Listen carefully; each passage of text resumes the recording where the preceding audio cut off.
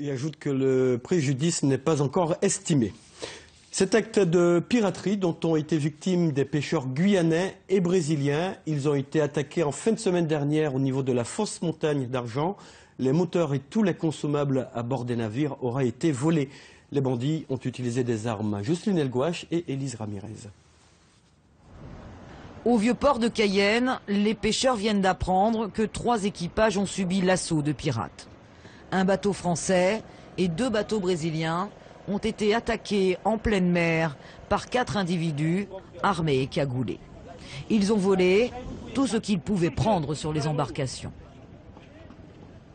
Comme d'habitude, ils nous volent les vivres, les radios et tout ce qui s'ensuit.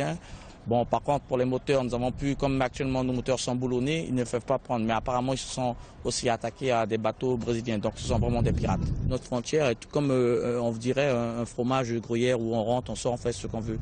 Moi, je pense qu'il faudrait vraiment un jour s'asseoir autour de table avec les autorités compétentes et afin que nous puissions trouver des solutions vraiment radicales. Sinon, de ces jours, ça finira sûrement en infusion de sang. Ça, c'est clair. Un hélicoptère survole la zone depuis l'incident afin de surveiller cette région, l'embouchure de l'Oyapock, à la frontière franco-brésilienne. Une vedette de la gendarmerie maritime fait aussi partie de l'opération. Le consulat général du Brésil à Cayenne ainsi que la police fédérale d'Oiapoque participent à l'enquête aux côtés de la préfecture de Guyane. Un hélicoptère a été déployé pour assurer à la fois une opération de dissuasion, mais aussi de surveillance et de recherche. En parallèle, les autorités brésiliennes ont été informées par les autorités françaises des faits pour activer de façon la plus rapide possible la coopération franco-brésilienne, là sous l'aspect policier.